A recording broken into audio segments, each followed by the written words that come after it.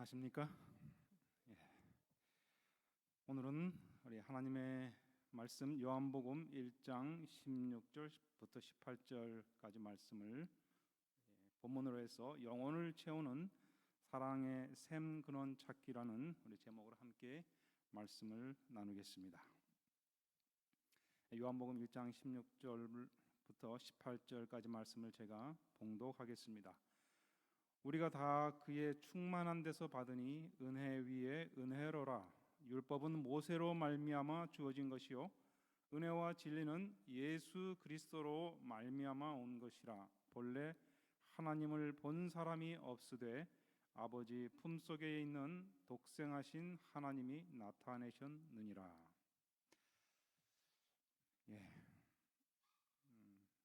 저의 설교의 주제는 대부분 이제 하나님이신데요, 다함이 없는 주제라고 생각이 됩니다. 며칠 전에 제가 이제 이마트에 갔는데 제 아내하고 같이 갔는데 아내가 이제 떨어졌다가 만나서 하는 이야기가 아는 남학생과 여학생을 만났다고 이렇게 이야기를 해요. 그래서 두 남녀 학생이 손을 꼭 잡고 걸어가는 것을 보았다고. 그런데 자기는 보지 못한 것 같다고. 아마 두 사람이 서로에게 푹 빠져 있어서 아마 아내를 보지 못한 것 같습니다. 그러면서 이제 참 보기 좋았다는 이야기를 했습니다. 그 이야기를 들으면서 그 나이대가 이제 저희 부부가 데이트할 그때 그 시절의 그 나이대였기 때문에 저희 데이트할 때가 떠올랐습니다. 젊었을 때는 그렇게 서로에게 사랑을 느끼고 그리워하고 만나서 데이트하고 결혼하고 가정을 이루어야지라는 생각을 해보았습니다. 그래서 사랑의 보금자리 또 하나의 그 사랑의 샘을 이 땅에 만들어야 한다는 생각을 해보게 되었습니다. 그 사랑의 힘으로 모두가 힘든 세상을 극복하고 살아가는 것이 아닌가 하는 생각을 해보았습니다. 저희가 이제 신혼 때 강원도에서 살았는데요. 강원도 태백에 살면서 한 번은 이제 교인들과 어느 곳을 가다가 중간에 여기가 이제 그 낙동강 원류가 있는데 거기 낙동강 발원지죠. 낙동강 발원지는 이제 여러 곳이 있습니다만 삼척시 이제 하장면에도 있었습니다. 그래서 거기 이제 들러보자고 해서 이제 갔는데요. 아마도 제가 그 정확한 지명은 모르겠는데 이렇게 제가 검색을 해보다 보니까 갈전이라고 하는 골지천이 있는데 아마 거기가 아니었나 하는 생각이 듭니다. 그래서 이제 길에서 조금 이제 걸어서 어느 정도 이제 들어가니까 시냇물이 시작되는 이제 원류를 만난 것입니다. 그 위에는 물이 흐르지 않았고요. 거기서부터 물이 이제 솟아 나오는데 이게 그냥 보통 물이 아니었고요. 엄청난 물이 솟아 나오는 것입니다. 매초 수천 톤의 물이 그냥 이렇게 엄청나게 흘러 나오는데 물이 끝도 없이 솟아나는 것이죠. 어떻게 저렇게 물이 끝도 없이 솟아나올 수 있을까? 이렇게 궁금함을 자아낼 정도였습니다. 그러면서 드는 생각이 여기 이곳에는 기근이 없을 것 같다는 생각이 들었습니다. 그 풍성함에 정말 깊은 인상을 받았었는데요. 오늘 이제 본문 말씀에 우리가 다 그의 충만한 데서 받으니 은혜 위에 은혜로라 이렇게 이제 말씀을 하면서 율법은 모세로 말미암아 주어진 것이요 은혜와 진리는 예수 그리스도로 말미암아 온 것이라. 본래 하나님을 본 사람이 없으되 아버지 품속에 있는 독생하신 하나님이 나타내셨다 이렇게 이제 말씀을 하고 있죠.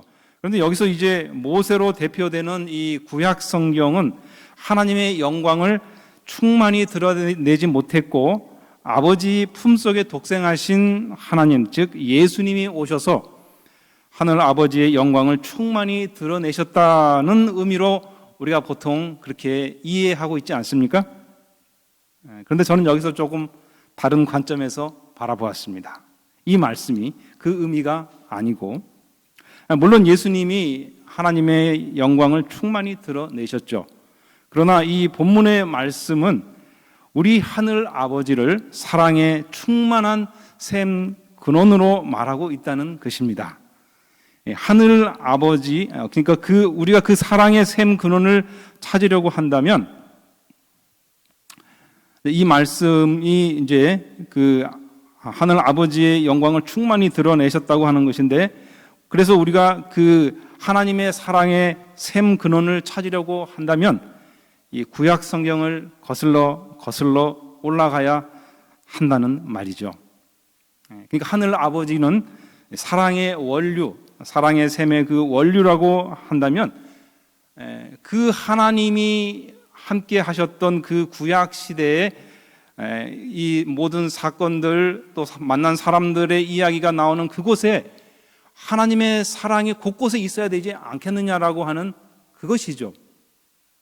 그러니까 예수님이 만일에 그렇지 않다면 예수님은 어느 날 갑자기 하늘에서 짠 하고 내려오셔가지고 어떻게 보면 일회성으로 이렇게 하나님의 사랑을 한번 이렇게 사람들에게 크게 나타내 보이신 것이 되는 것이고, 그 이전에는 전혀 하나님의 사랑이 우리에게 나타나지 않았다는 얘기가 되는 것이 아니겠습니까? 그럴 수 없는 것이죠. 왜냐하면 하나님은 사랑의 샘의 근원이시니까요. 그래서 우리는 그 하나님의 사랑이 이렇게 어느 날 갑자기 예수님을 통해서 나타난 것이 아니라 계속 흘러내려온 것입니다. 샘 근원을 흘러내려가면서 같이 이제 마침내 어디서 예수님에게서 우리는 그 하나님의 사랑의 큰 영광을 만나게 되었다고 하는 것이죠. 그러니까 중간을 생략해 버리면 어떻게 보면 우리가 하나님의 사랑의 샘을 제대로 발견하지 못할 수도 있다 하는 생각을 하게 되는 것입니다.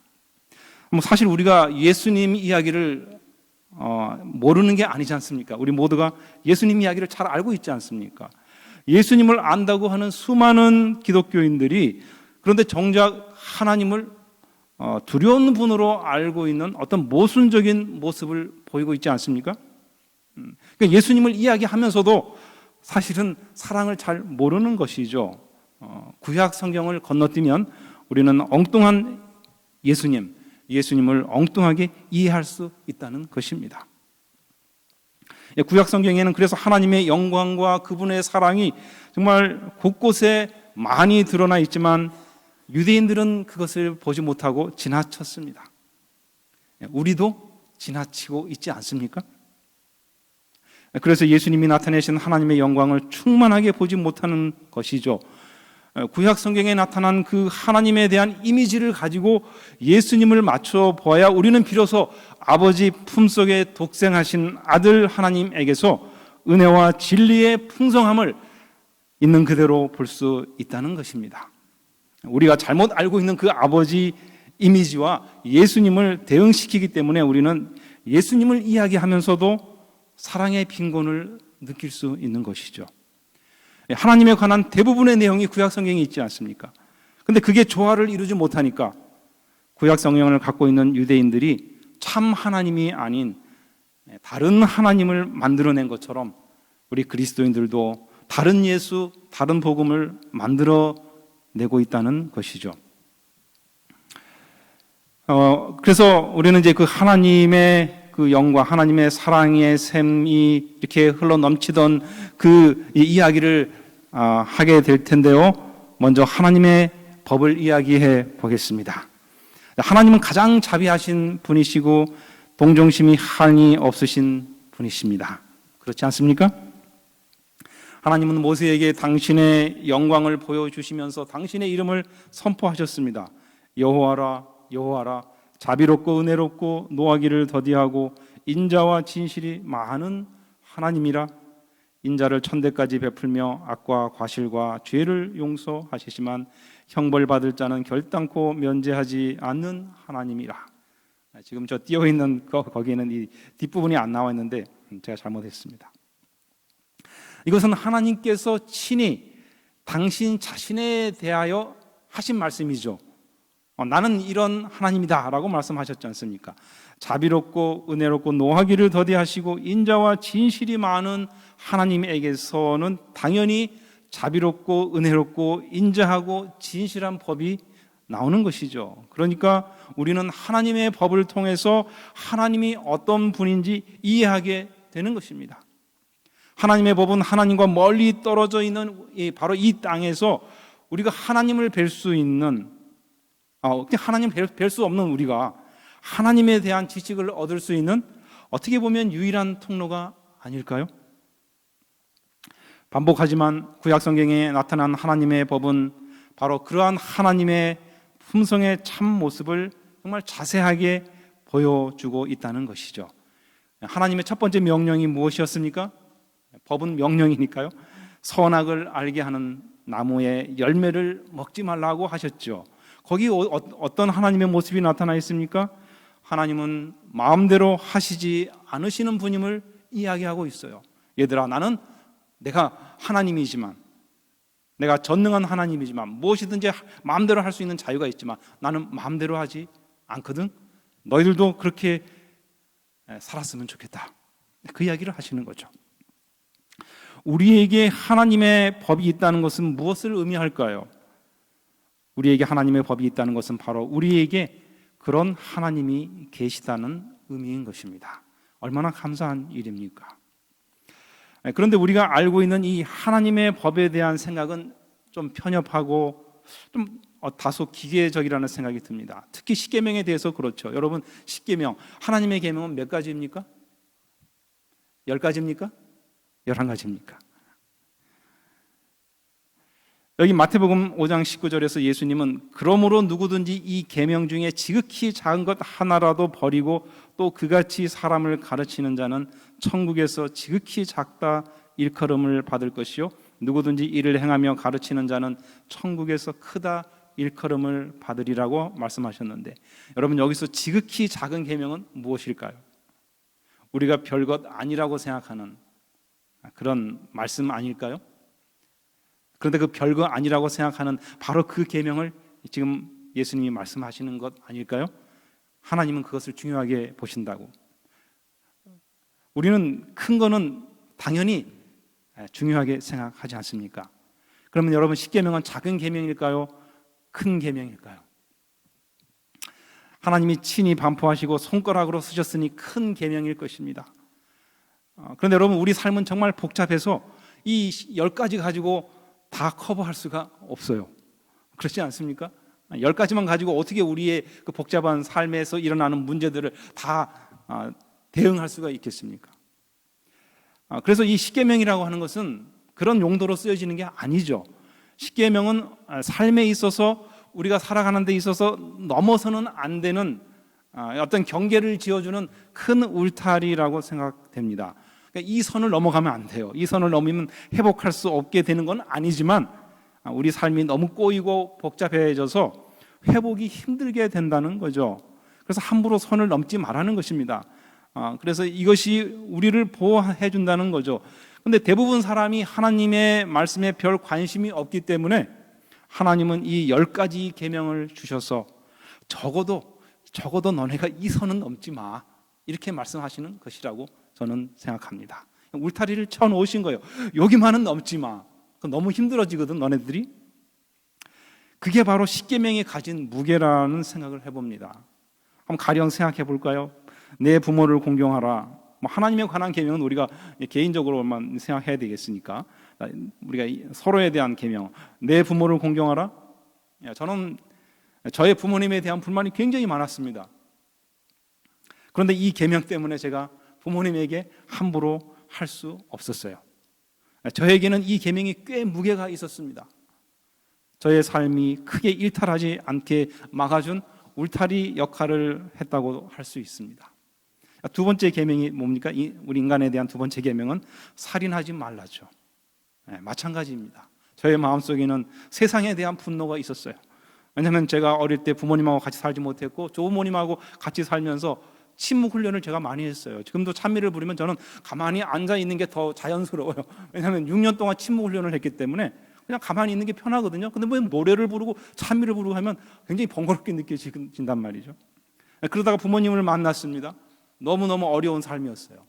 낯선 아저씨하고 아주머니하고 같이 살다 보니까 너무 그래서 제가 세상에 대한 분노가 있었습니다. 이 분노를 폭발시키고 싶은데 살인하지 말라 그래가지고 제가 아주 조심했습니다. 꽤 무게가 있지 않습니까? 간음하지 말라. 제가 애정결핍으로 이성에 굉장히 많이 끌렸어요. 그래서 일탈하기 쉬웠죠. 그런데 이 계명 때문에 제가 억제했습니다. 이 계명이 아니었으면 제가 억제가 되지 않았을 것 같다는 생각이 듭니다. 도둑질하지 말라 마찬가지입니다. 거짓 증거하지 말라, 탐내지 말라. 이 계명들 덕분에 부정직에 대해서, 거짓에 대해서, 탐욕에 대해서 울타리 역할을 했다고 하는 것이죠. 그러면 제가 이 선을 넘어가지 않았으니까 저는 의인일까요? 예수님을 찾아온 부자 법관은 자기가 이 큰 울타리를 넘지 않았기 때문에 의롭다고 생각했던 것 같습니다. 그런데 절대 아니죠. 왜 그렇습니까?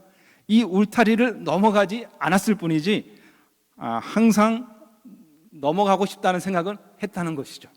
넘어가지 않았을 뿐이지 그 경계선상에 늘 있었어요. 선한 일을 적극적으로 하지 않고 이 경계선에서만 이렇게 왔다 갔다 했다는 것입니다. 우리는 대부분 이 울타리 경계에 있는 거예요. 그렇죠? 이 말은 선을 넘고 싶어하는 그 마음, 우리 마음을 보여준다고 하는 것이죠. 그러니까 우리가 어떻게 선하다고 할 수 있겠습니까? 하나님의 법과 십계명은 그래서 다른 것입니다. 십계명은 율법에 포함되어 있기는 하죠. 대표성을 띠지만 이 율법 자체는 아닌 것입니다. 율법은 더 본질적이고 더 넓습니다. 예수님은 마태복음 5장에서 율법을 설명하실 때 십계명만을 말씀하시지 않았습니다. 거기에 살인, 간음, 이혼, 맹세, 이웃사랑, 보복법 이런 법들을 다 포함시켜서 말씀하셨죠. 십계명에 그치지 않았습니다. 십계명은 우리 삶의 큰 울타리일 뿐인 것입니다. 우리는 이제 그 울타리만 가지고 얘기하면 안 되고 우리는 더 깊이 들어가야 하는 것이죠. 구약 성경에 있는 민법과 의식법과 선지자들의 이 메시지로 들어가야 하는 것입니다. 바로 그 메시지 안에, 그 의식법이나 민법 안에 하나님의 마음과 성품이 매우 섬세하게 나타나 있고 우리에게 주는 울림이 거기에 있는 것입니다. 그 지류들을 거쳐서 우리는 사랑의 큰 원류에 이르게 되는 거죠. 예수님의 십자가는 하나님의 은혜와 사랑을 충만하게 보여준 사건이며 우리는 그 사실을 알고 있습니다. 그래서 우리는 십자가 앞에서 눈물을 흘리며 감동할 수 있고 감사할 수 있지만 그 의미를 깊고 넓게 깨닫게 해주는 것은 사실은 구약 성경을 통해서라는 것입니다. 그렇지 않다면 그냥 우리의 감사는, 우리의 감동은 피상적인 감동으로 그치고 우리의 삶의 구석구석까지 가지 못하게 되는 거죠. 탈무드에 나오는 한 이야기를 제가 들려드리겠습니다. 그 말의 의미를 우리가 좀 생각해 보기 위해서죠. 이 살란터라고 하는 이 랍비는 율법을 아주 철저히 지키는 사람이었습니다. 6월절이 다가오면 유교절에 무교병 굽는 법칙에 따라서 무교병을 구해야 하는 거죠. 근데 이제 생수로 반죽해야 하고 그 다음에 이방인들이 보면 부정타기 때문에 몰래 구워야 한답니다. 그 다음에 또 다른 게 섞이면 안 되니까. 그리고 불은 반드시 나무로 피워야 한다는 거죠. 그러니까 이제 이 무교병을 굽는 저 모습 저기 보이는데 이 살란터 이 랍비의 임무는 무엇이었는가 하면 제대로 무교병을 굽는지 안 굽는지를 감독하는 것이었어요. 이걸 잘 해야 돼요. 이 의식법이 굉장히 그들에게는 중요한 것이었으니까. 그런데 6월절을 며칠 앞두고 이 살란터 랍비가 이제 병들어서 눕게 되었습니다. 그래서 할 수 없이 다른 감독관을 세워야 됐는데 이 감독으로 선정된 이 제자들이 이제 이 랍비에게 와서 물었습니다. 랍비님, 감독할 때 가장 주의해야 할 점이 무엇입니까? 여러분 무엇이라고 대답했을까요? 직접 굽는 게 아니에요. 감독하는 거예요. 굽는 건 다른 사람이 굽는 거니까 잘 감독을 해야 되는데 무엇을 가장 주의해야 되느냐고. 그랬더니 랍비가 병석에서 말했습니다. 제자들아, 무교병을 굽는 여인들에게, 무교병을 아마 여인들이 구웠던 모양이에요. 저 그림에는 이제 남자가 구웠지만 그 무교병을 굽는 여인들에게 보수가 제대로 지급되는지 월급이 제대로 지급되는지 감독하는 것이 가장 중요한 일이야. 여러분, 감동적이지 않습니까? 무교복을 잘 굽고 안 굽고 중요한 게 아니라 어떻게 해야 되는 것이 가장 중요하다고요. 그 월급 받는, 그 일을 하는 그 여인에게 제대로 급여가 주어지는지를 잘 감독해라. 잘 급여를 받도록 하는 것을 감독해라는 것이죠. 가난한 여인들을 보호하는 것이 가장 중요한 감독이라는 것입니다. 우리가 종종 놓치는 부분이잖아요. 우리는 뭔가 일을 잘 하려고 하잖아요. 맡은 이 역할을 잘 하려고 하는데 정말 중요한 건 사람인데 사람을 놓치지 않습니까? 이 랍비는 율법주의자가 아니었던 것입니다. 하나님을 아는 랍비였죠. 출애굽기 21장 2절에 내가 히브리 종을 사면 그는 6해 동안 섬길 것이요 7째 해에는 몸값을 물지 않고 나가 자유인이 될 것이며, 그 다음에 몇 절 띄어서 사람이 그 남종의 한 눈이나 여종의 한 눈을 쳐서 상하게 하면 그 눈에 대한 보상으로 그를 놓아줄 것이며 그 남종의 이나 여종의 이를 쳐서 빠뜨리면 그 이에 대한 보상으로 그를 놓아줄지니라. 여러분, 이런 법이 세상에 어디 있어요? 그렇죠? 여러분, 하나님은 우리가 서로 종 삼지 않기를 바라십니다. 하나님은 노예 제도를 폐지하라는 말씀을 하지 않으셨지만 그 제도의 폐지보다 우리 마음이 서로를 향해서 달라져야 한다는 것을 아셨어요. 그래서 이야기를 하신 거예요. 종을 삼았는데 종은 6년 동안만 섬기게 하고 그 다음에 집으로 가게 하라고요. 누가 그렇게 하려고 하겠습니까? 그런데 그렇게 말씀하셨어요. 그리고 이 여종이나 남종의 눈이나 이를 쳐가지고 빠뜨리거나 상하게 하면 그것 때문에 자유롭게 놓아줘야 한다고. 저는 이거 대단한 법이라고 생각합니다. 세상에 어느 나라에 이런 법이 있었겠습니까? 고대에 말이죠. 하나님은 우리 아버지이시고요, 우리는 서로 형제인 것입니다. 어떻게 종으로 부릴 수 있다는 말입니까? 하나님께는 종이라도 소중한 그분의 자녀죠. 그래서 그 종들이 비록 지금 노예지만 그러나 그들의 인권은 존중받아야 한다고. 적어도. 그래서 여러분, 이 하나 빠뜨렸다고 놓아준다면 좀 굉장히 억울하게 생각되겠죠, 주인의 입장에서. 근데 그렇게 하라고요. 출애굽기 21장 14절에는 사람이 그의 이웃을 고의로 죽였으면 너는 그를 내 제단에서라도 잡아내려 죽일지니라. 하나님의 제단이 얼마나 소중합니까? 그렇죠? 그런데 어떤 사람이 이웃을 고의로 죽였으면 거기서라도 잡아내려 죽이라고요. 왜냐하면 하나님은 우리를 죽일 의도를 전혀 갖고 계시지 않은데 그런 의도를 가지고 있는 사람을 하나님이 그냥 둘 수 없으신 것입니다. 이것은 심각한 죄라는 거죠.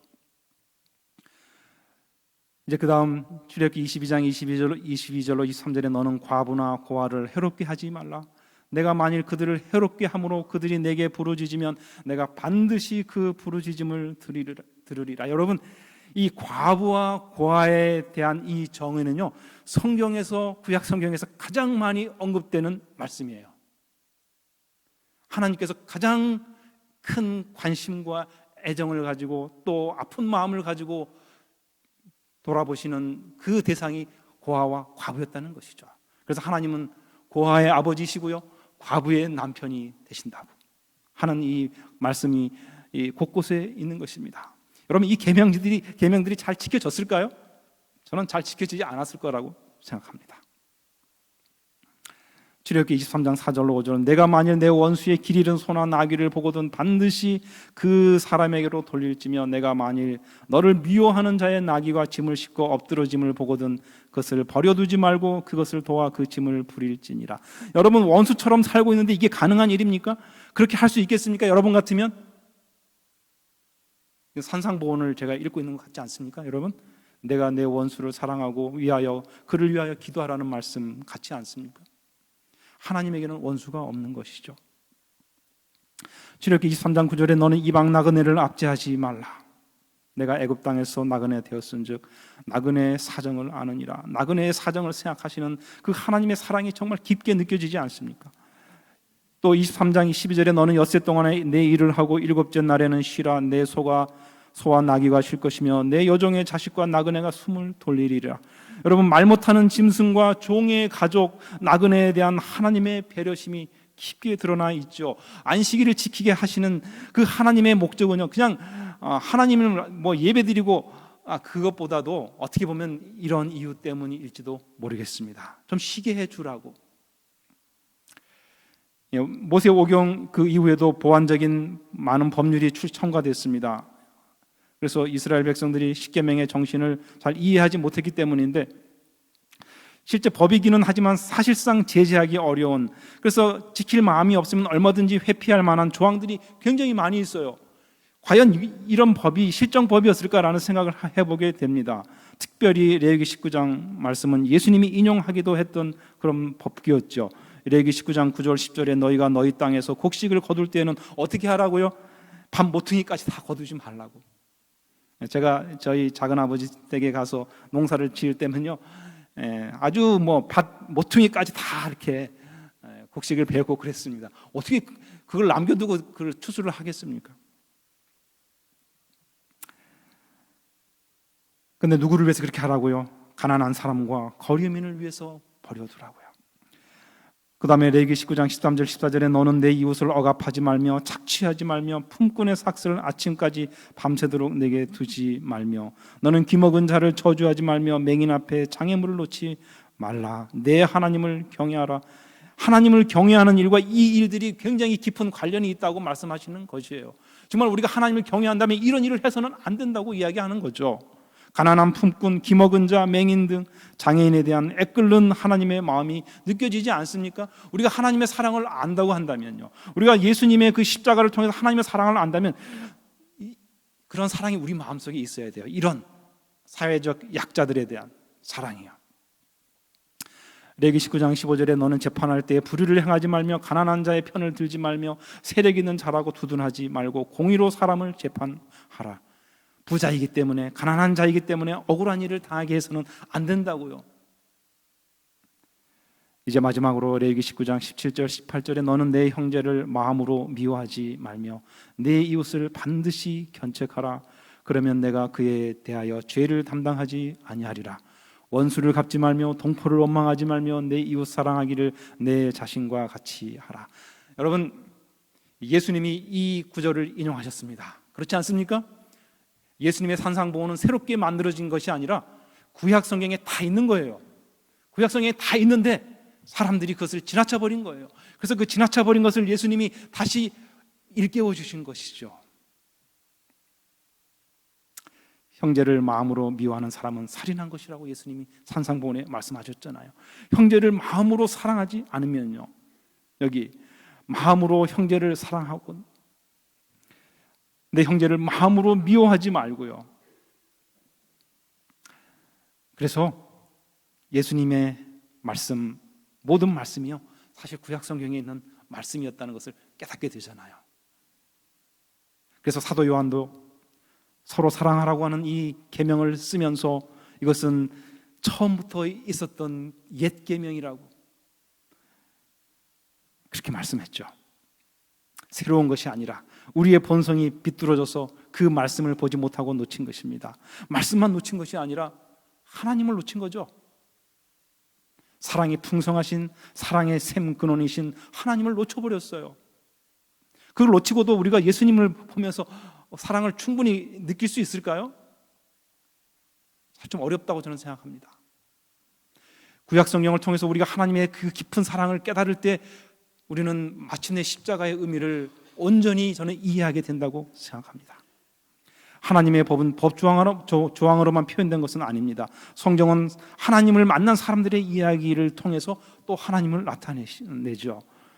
왜냐하면 이 법이라고 하는 것은요, 법 문구, 법 조항이라고 하는 것은 간결해야만 그 의도가 전달될 수 있기 때문에 한계가 있어요. 뭐 이것저것 다 설명하면요, 특수한 상황, 배경 너무 길어지면 무슨 말을 하는지 다 잊어먹을 수 있습니다. 그래서 그런 예민한 상황까지 반영할 수 없죠. 그래서 법조항 어떤 그 문구의 한계와 틈을 이용해서 그 법망을 피해서 범죄를 저지르는 수많은 그런 일들이 벌어지는 것입니다. 그런데 여러분, 이야기라면 달라지는 것이죠. 그래서 이야기가 더 강력하게 우리에게 말하고 있는 거예요. 요즘 아침 기도력에 나오는 이야기가 누구의 이야기가 계속 나옵니까? 삼손의 이야기가 나오지 않습니까? 삼손의 이야기를 통해서 우리는 삼손이 어떤 지점에서 어떻게 실패했고 그의 동기는 어땠고 하는 이야기를 우리가 하면서 하나님이 얼마나 삼손을 인내심 있게 기다리고 그를 이끄셨는지를 들여다보게 되잖아요.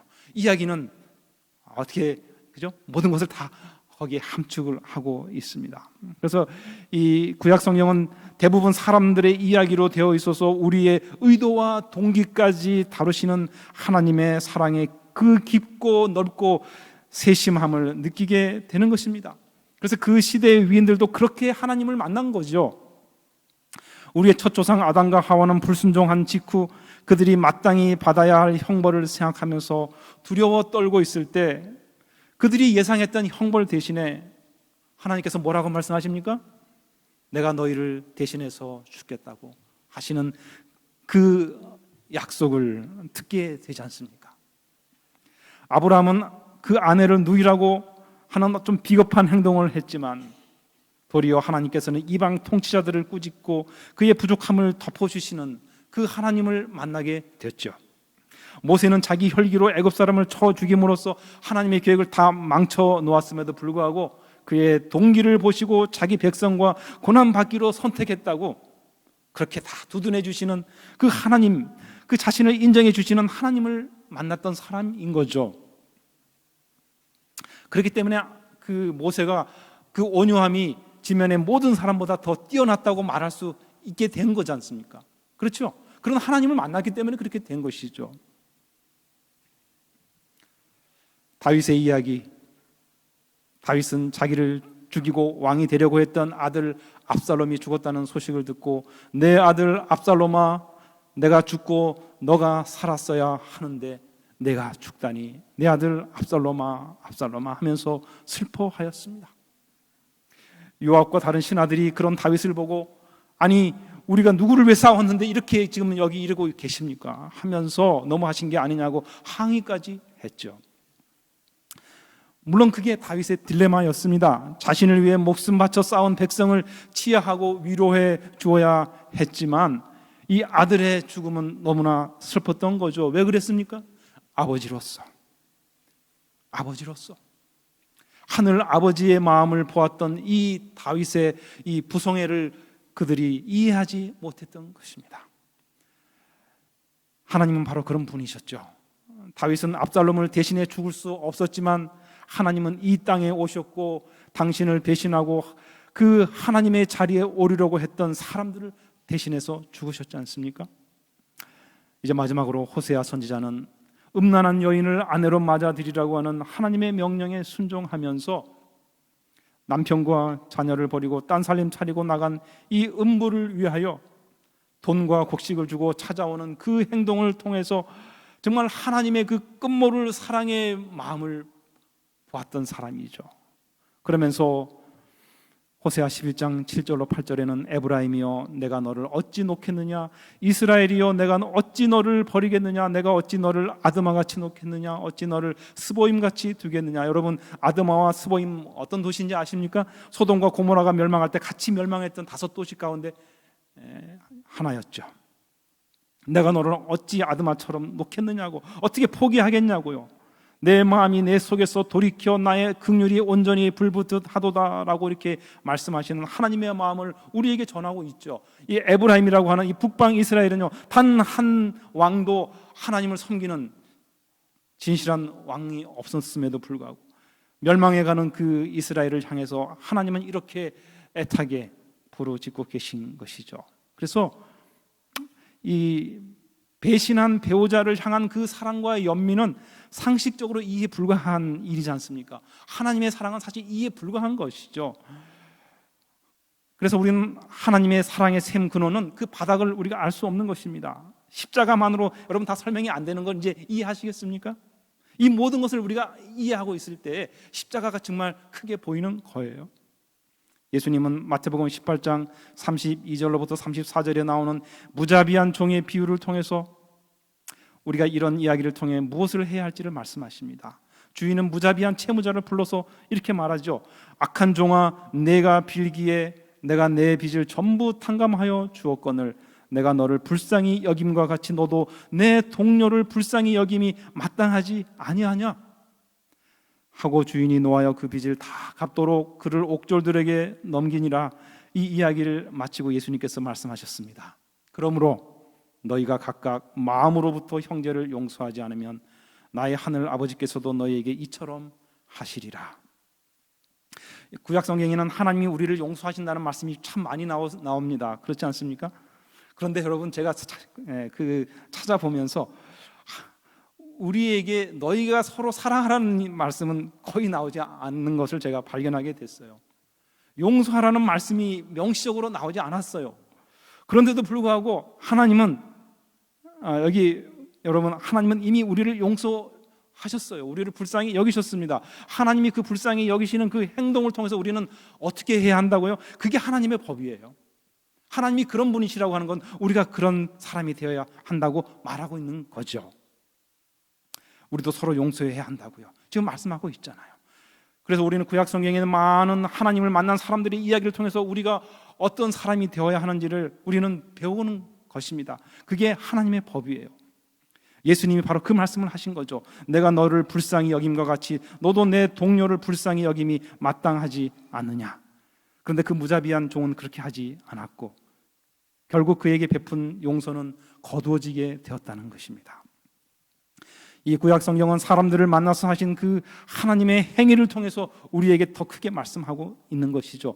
성경의 행간을 읽는 것은 가려진 하나님의 성품을 드러내는 일이라는 것입니다. 구약 성경의 이야기와 또 십계명과 민법과 선지자들의 그 메시지를 통해서 우리 하늘 아버지는 놀라운 사랑의 샘 근원으로 우리를 인도하고 계시는 것입니다. 그것들은 십자가의 사랑에 감동된 우리를 일깨워서 그 사랑의 원리로 올라가서 어떤 사람으로 변화될 수 있는지를 보여주는 것입니다. 우리 모두가 늘 하늘 아버지의 사랑의 샘 근원에 머물러 있기를 기원하면서 말씀을 마치겠습니다.